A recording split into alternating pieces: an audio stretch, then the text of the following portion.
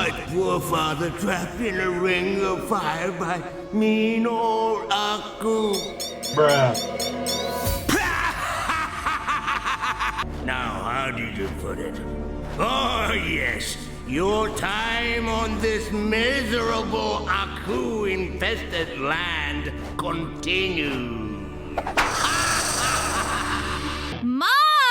Phineas and Ferb are making a title... Hell no, man. What the fuck, man? sequence. Get your ass on, boy. We have come a very long way. Like 13,000 of you in the last month decided to subscribe to this channel. And I only need 3 more thousand of you to actually reach 20K. So subscribe if you enjoyed the video. Now, we also have come a long way with this series. We're already in part 4.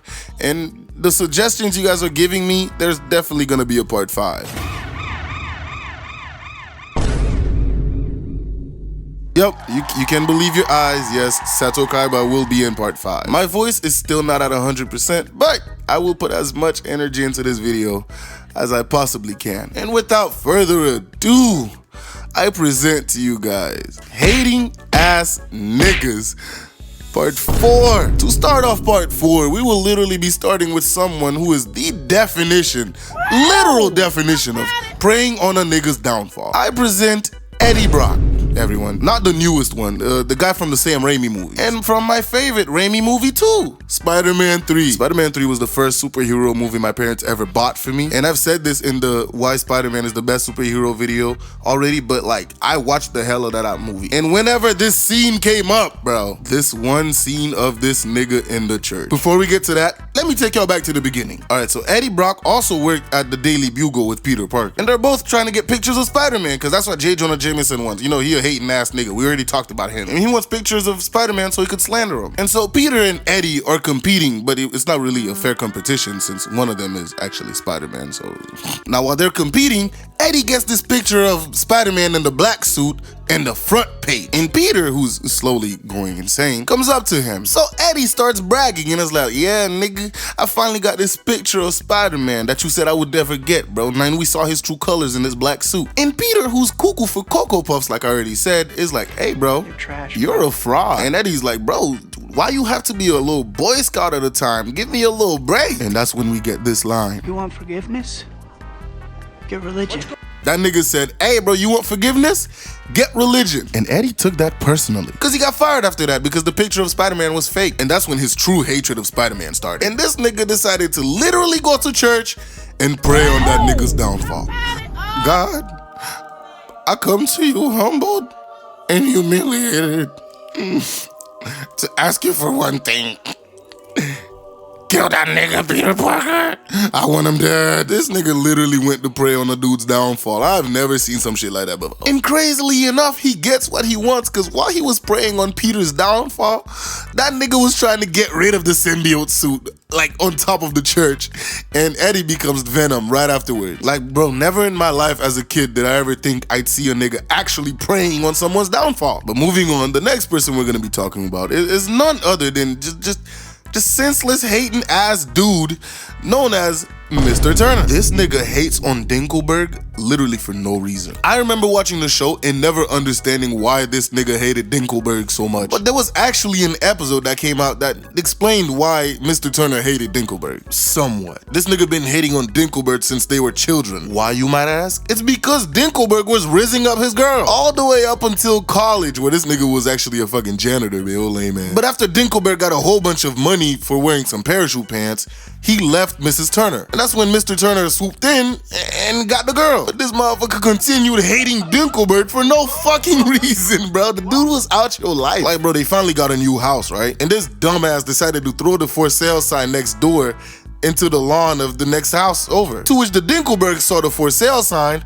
and decided to move in. And this nigga got mad. Bro. Like, nigga, this is your fault. And Dinkelberg even said the house was bigger and better than the one next door. Like, why the fuck did you go to this nigga nigga so stupid, bruh. This nigga just be hating on Dinkelberg at every fucking turn he gets, bruh. Dinkelberg gets a cool robot car, he's gonna try to build one himself to beat him up with it. And you wanna know what the wildest part is? Apart from rizzing up his girl and dumping her after he got money, right? Dinkelberg's just a nice dude living his life with his wife. Bars. And he just tries to be nice to them, but this nigga just keeps hating for no reason. Any opportunity this nigga gets to slander or throw something at the Dinkelberg's house, he will do it. Just because Dinkelberg rizzed up his girl in the past. Now that's a true hating ass nigga.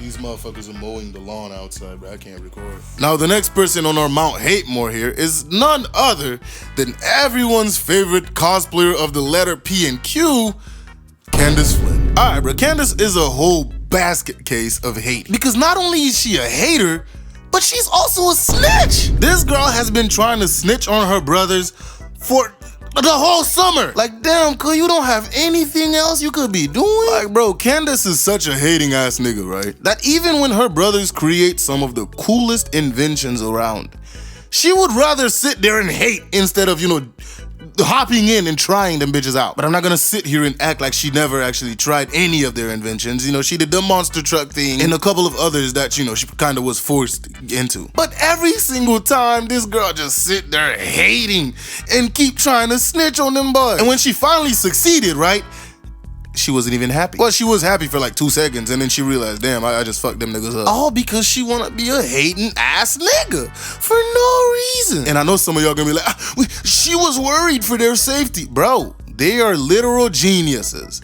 And they always wear their helmets, so I don't see the problem here. Candace just enjoys being a hater and has nothing else to do. Now the next person on our list is he who shall not be. Actually, I should really put him on the list sometime.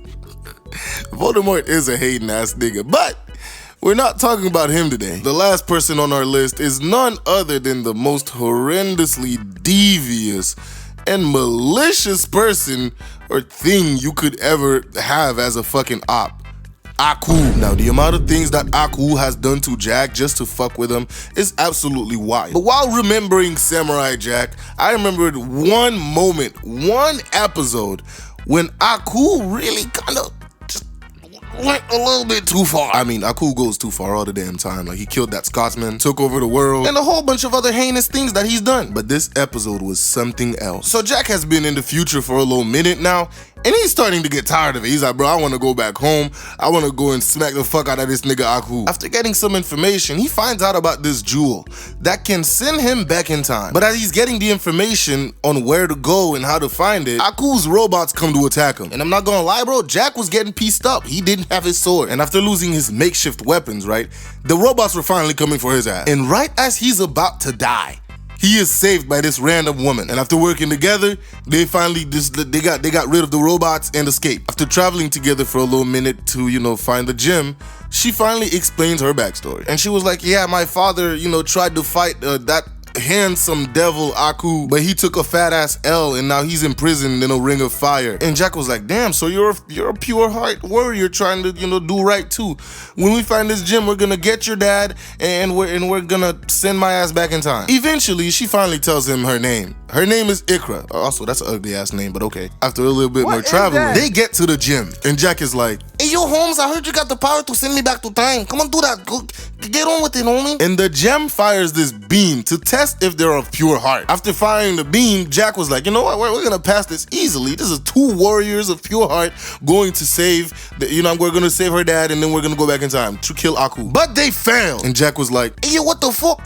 Something's wrong. And since Jack is a noble dude, he don't want to fight the gym because he don't even know what the fuck is wrong. And he almost got cooked because of that. But Ikra don't give a flying rat's ass. But listen, she got up and started fighting that thing. And after Jack saw her move, he was like, hey yo, why you ain't telling me you could fly, man? We rode on a donkey. And then Ikra head ass was like, hey bro, that's not the only thing I could do, and starts growing. And then had a whole kaiju battle with the monster. So after defeating the monster, Ikra picks up the gem, and Jack was happy. Hooray, Holmes, I'm finally gonna go home. Ikra holds up the gem for a second, and then does this. Hey yo, what the fuck, Holmes? And then Ikra starts laughing, and then we get the most heinous reveal of all cartoons. This bit, Ikra reveals herself to be none other than Aku. Man, I fell down to my knees when the law came.